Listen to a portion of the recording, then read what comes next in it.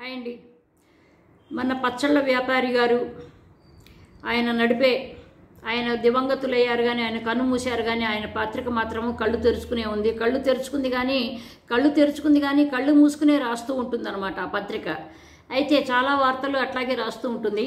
ఇప్పుడు ఏంటంటే ఆ పత్రికకి విపరీతమైన తెలివితేటలు ఎక్కువైపోతున్నాయి. అసలు ఎక్కువ తెలివితేటలు ఎవరికన్నా ఉన్నాయా అంటే మొట్టమొదటిసారి ఆంధ్రప్రదేశ్లో మొత్తం ఈ పత్రికకే ఉన్నాయండి తెలివితేటలు. అసలు మామూలు తెలివితేటలు కాదనమాట ఇవి. మామూలు మానవ మాతృడికి అందని తెలివితేటలు ఇవి. అయితే ఏం రాస్తాడంటే కృష్ణలంక వద్ద కట్టినట్టు జగన్ టైంలో కట్టిన ఈ రిటైనింగ్ వాల్ ఉంది కదా, అట్లాగే అమరావతి చుట్టూ కూడాను 55,000 ఎకరాల చుట్టూ 3 లక్షల కోట్లతో రిటైనింగ్ వాల్ కట్టాలని చెప్తున్నారన్నమాట. అది ఎట్లాగంటే ఇటీవల అమరావతి రక్షణకు పటిష్టమైన కాంక్రీట్ కట్టడం కావాలి ఈనాడు వారు చెప్తారు.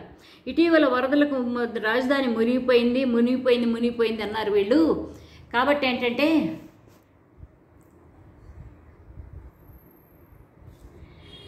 అది మునగలేదు, ఏం లేదు. రాజధాని అంటే గిట్టని వాళ్ళు ఎవరో రాశారంటే ఫోటోలు అవన్నీ అబద్ధమే అనమాట. అవన్నీ మొత్తం ఏమీ కాదనమాట. కానీ మనం ఏం చెప్తే అదే కరెక్ట్. సరే, వాళ్ళ మాట ప్రకారమే వాళ్ళ విషయం గురించే మాట్లాడుకుందాం. రాజధాని మీద ఏడ్చే వాళ్ళు మొత్తం ఇట్లా మునిగిపోయింది అని అంటున్నారు. మనకి దుష్ప్రచారం చేశారు. కరకట్ట దుండగులు గండి కొడతారేమోనని అనుమానంగా ఉండి కాపలా పెట్టారట జనాలు. పోలీసులు ఎందుకు కాపలా పెట్టారంటే అందరూ అనుకోవటం ఏంటంటే చంద్రబాబు గారి ఇల్లు మునిగిపోయి ఫోటోలు తీస్తారేమని కాపలా పెట్టారు అని వైఎస్ఆర్సీపీ వాళ్ళు అన్నారు కదా. కానీ ఏంటంటే ఈ పాప ఈ పచ్చళ్ళ పేపర్ ఏమంటుందంటే కాదు ఈ దుండగులందరిట గండి కొడతారని ఏమన్నా అర్థం ఉందా? వరదల్లో పోయి ఎవడకు గండి కొడతాడు?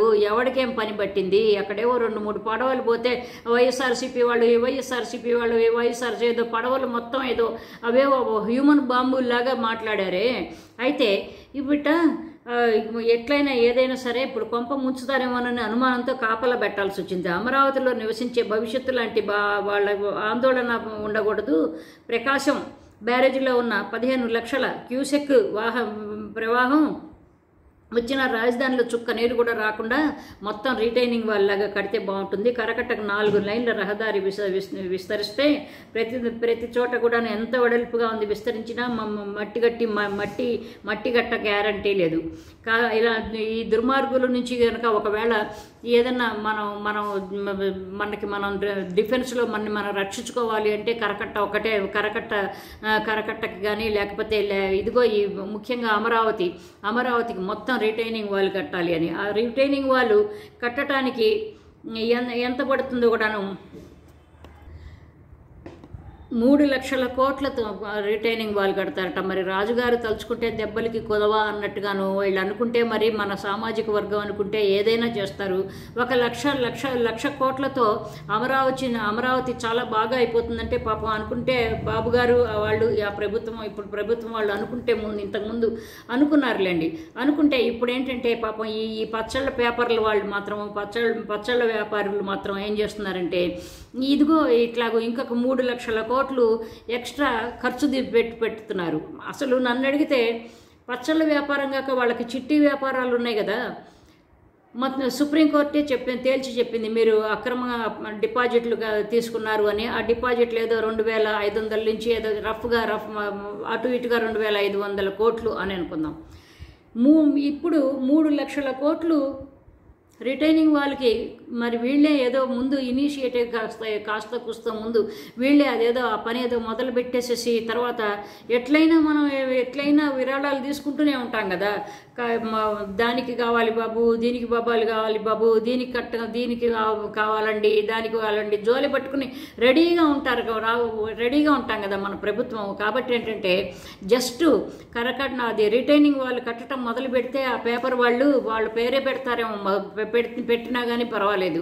ఎందుకంటే రామోజీ గారు చచ్చిపోయినప్పుడు ఆయన సంతాప సభను చాలా గొప్పగా చేశారు. కాబట్టి ఆయన పేరుతోనే ఆయన కనుక 2,000-3,000 కోట్లు ఇచ్చేసేస్తే ముందు మొత్తం ఒక రకంగా యాక్చువల్గా ఏంటంటే అక్కడ గోడ కట్టడం జరుగుతున్నది అనే ఒక పిక్చర్ ఇవ్వచ్చు, దాన్ని పబ్లిసిటీ చేయొచ్చు. ఆ పబ్లిసిటీతో నలుమూలల దేశ విదేశాల నుంచి విరాళాలు సంపాదించుకోవచ్చు. కాబట్టి ఏంటంటే ఈయన ఇలా చెప్తూ ఉంటాడనమాట.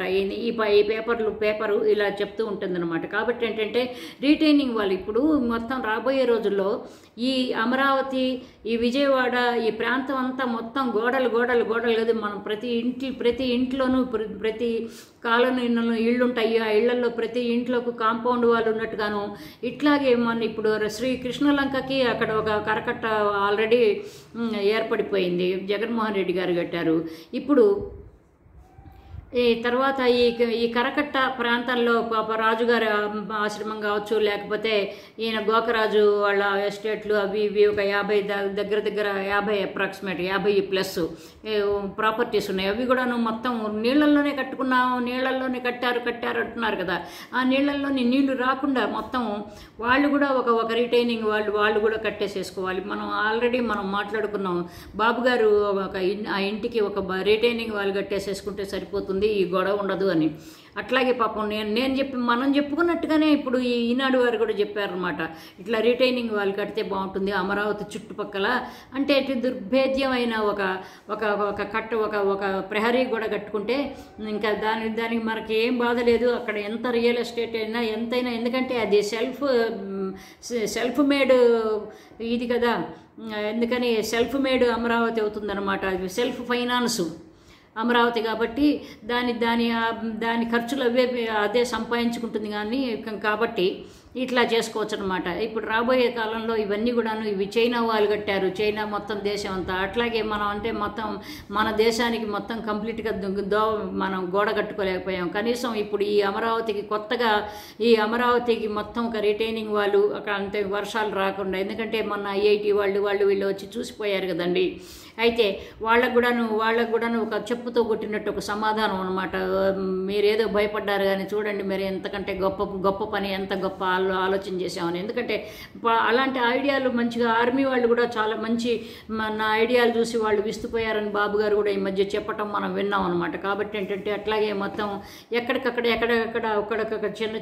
చిన్న ఒక సెగ్మెంట్స్ లాగా అక్కడొక రిటైనింగ్ వాళ్ళు, అక్కడొక రిటైనింగ్ వాళ్ళు కొన్నాళ్ళు పోయిన తర్వాత మొత్తం విజయవాడ అంతా కూడా రిటైనింగ్ వాల్స్తోనే సరిపోతుందన్నమాట. Retaining wall 1, retaining wall 2, retaining wall 3 అని, అట్లాగే పిల్లర్ 1, పిల్లర్ 2, పిల్లర్ 3 అని మామూలుగా ఈ ఫ్లైఓవర్స్ ఉంటాయి కదా, అట్లాగే రిటైనింగ్ వాల్ 1, 2, 3, 4 ఇట్లాగూ చేసుకుంటూ పోతే ఇదిగోనండి అది కరకట్ట వాళ్ళదండి, అది రామరాజు గారు గోకరాజు రంగరాజు గారిదండి, ఇది మంతెనరాజు గారిదండి, అది వాళ్ళదండి, ఇది ఇక్కడ ఇది అంటే బాబు గారు చెప్పారు కదా, నా ఇల్లు కాదు అది ఆయన లింగమనేని ఇల్లని. ఆ లింగమనేని వాళ్ళ రిటైనింగ్ వాళ్ళు, ఇది ఫలానా వాళ్ళ రిటైనింగ్ వాళ్ళు అని అట్లాగూ రాబోయే అక్కడ జడ్జిలు ఇళ్ళు వీటికి కూడా, అంటే జడ్జిలు ఇళ్ళు వాళ్ళ క్వార్టర్స్ కూడాను అమరావతిలోనే ఉన్నాయి కాబట్టి వాళ్ళకేమి ఢోకా లేదు. జడ్జి గారులు వాళ్ళు ఎట్లా ఉన్న వాళ్ళు పెద్ద మనసు చేసుకుని వాళ్ళందరూ చక్కగా వాళ్ళు ఏమీ మాట్లాడలేదు, నోరు మెదపటారు, చక్కగా వాళ్ళు అడ్జస్ట్ అయిపోతూ ఉంటారు. పెద్ద మనసు జడ్జిలు కదండి, అందుకని వాళ్ళు చక్కగా వాళ్ళు అర్థం చేసుకుంటారు. కాబట్టి ఏంటంటే రాబోయే కాలంలో విజయవాడ అంతా ఈ 5 సంవత్సరాల్లో గనక నిజంగా మనం విజనరీ గవర్నమెంట్ కాబట్టి ఇది మొత్తం రిటైనింగ్ వాళ్ళే జరుగుతుంది. ఇదొక్కడ చూసి ప్రపంచంలో అందరు కూడాను, ప్రపంచంలో కూడా దేశంలో ప్రతి వాళ్ళు కూడాను ఎక్కడ వరదలు వస్తాయి అనుకుంటే అక్కడ రిటైనింగ్ వాళ్ళు కట్టేసుకుంటారేమో తెలియదు. సో ఇంకొక మంచి టాపిక్తో మళ్ళీ కలుద్దాం. బై అండి, లవ్ యూ ఆల్, బై.